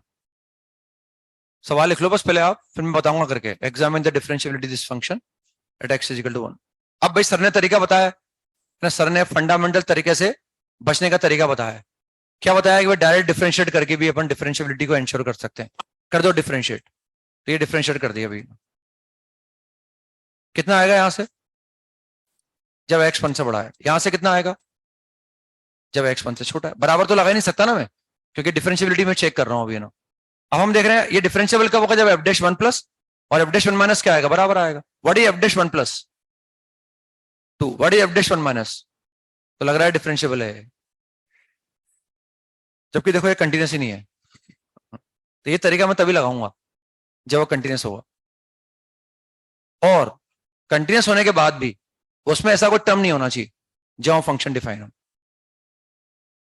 ये तो man made technique है, मैन मेड टेक्निक में दिक्कत आ सकती है, जो फंडामेंटल अप्रोच है उसमें कभी दिक्कत नहीं आएगी। अगर मैं इस फंक्शन की कंटिन्यूटी, जब हमने डिफरेंशिएबिलिटी पढ़ाना स्टार्ट किया तो मैंने थोड़ी बोला था कि आप पहले कंटिन्यूटी चेक करो, डायरेक्ट हम तो डिफरेंशिएबिलिटी चेक करना स्टार्ट कर दिया। भाई एफ डैश 1 पे निकालना हो तो एफ डैश 1 प्लस निकाल लो और एफ डैश 1 माइनस निकाल लो, दोनों एग्जिस्ट कर रहे हैं बराबर हैं तो वो डिफरेंशिएबल है ना। तो हम अगर चाहे फंडामेंटल तरीके से अगर मैं निकालना चाहूंगा तो भले मैं कंटिन्यूटी इंश्योर नहीं करूं, अपने आप रिजल्ट सही आएगा, अपने आप रिजल्ट सही है। जैसे फॉर एग्जाम्पल अगर मैं यहां से एफ डैश वन प्लस निकालना चाहूं तो एफ डैश वन प्लस में निकाल सकता हूं, limit h approaching to zero plus f dash one plus निकाल f of one plus h minus का f of one upon h, मैं ऐसा निकाल सकता हूं यहां से। इससे कभी गलत नहीं आ सकता क्योंकि this is the basic approach, इससे हमेशा सही आएगा। और अगर मैं ये निकालूंगा तो h approaching to zero plus f of one plus h मैं कहां से निकालूंगा, यहां से निकालूंगा। तो मैं क्या करूंगा, एक्स की जगह वन प्लस एच रख दूंगा तो सही आ जाएगा। एफ ऑफ वन कितना आ रहा है, एफ ऑफ वन आ रहा है वन हमारे पास, और यहाँ एच आ जाएगा, इस वन से वन कट जाएगा, and what this limit is 2, तो राइट हैंड डेरिवेटिव 2 आ गया ना। अब मैं एफ डैश वन माइनस निकालूंगा तो लिमिट आ जाएगी h approaching to zero plus f of one minus h minus का f of one upon minus h. अब देखो वन माइनस एच में कहां से निकालूंगा, वन माइनस एच में कहां से निकालूंगा, यहां से निकालूंगा। मैंने उल्टा लिख दिया शायद ना, हाँ उल्टा लिख दिया ना, आप मजा ले रहे हो मेरा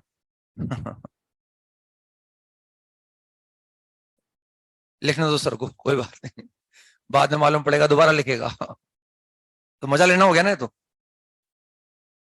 तो ये हमने यहाँ रखा है एक्स की जगह, तो ये एक्स की जगह लिखा हमने वन प्लस एच, और ये कितना आ गया वाडी f of one, f of one बराबर से 2 था है ना, एफ ओ वन बराबर 1, f of one is equal to 1, f of one बराबर 1 था, ये मैंने 1 रख दिया ना। वो क्या घंटी लगने के बाद सब बंद हो जाता है शायद है ना, करने तो जो कर रहा है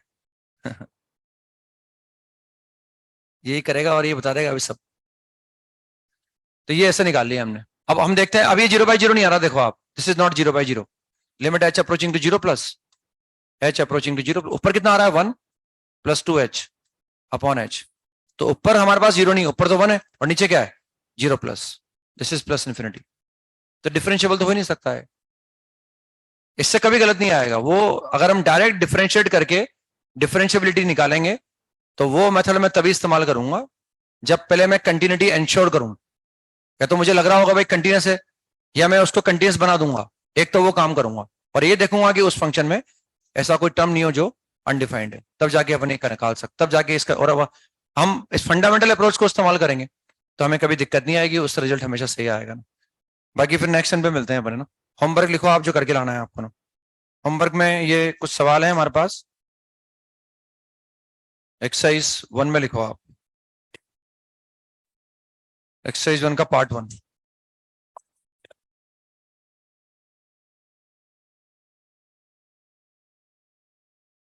एक्सरसाइज 1 पार्ट 1। अब चाहे तो ये इवन E2 दोबारा कर सकते हैं एक बार आप है ना, इवन E2 वो तो कल मेरे पास देने के लिए कुछ नहीं था इसलिए मैंने उनको दे दिया, अब चाहे तो वो जो मैंने तरीका बताया उसका इस्तेमाल कर सकते हैं, इनको एक बार दोबारा फिर ट्राई करें ना। E1 E2 E3 करना है हमें, E4 करना है, E4 के बाद हम E4 के बाद हम E5 भी कर सकते हैं। पार्ट 2 में आ गए हम, एक्सरसाइज 1 का पार्ट 2,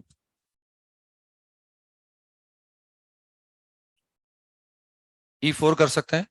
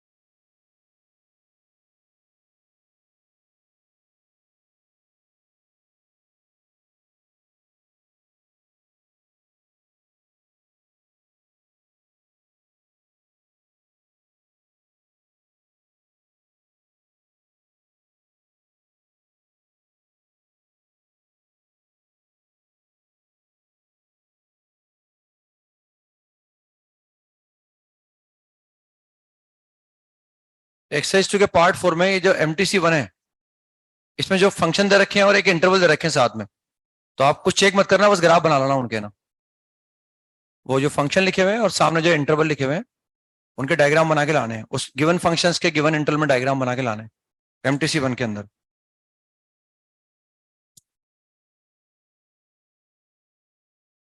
ये एक एक्सरसाइज 3 का पार्ट 1, क्वेश्चन नंबर 18।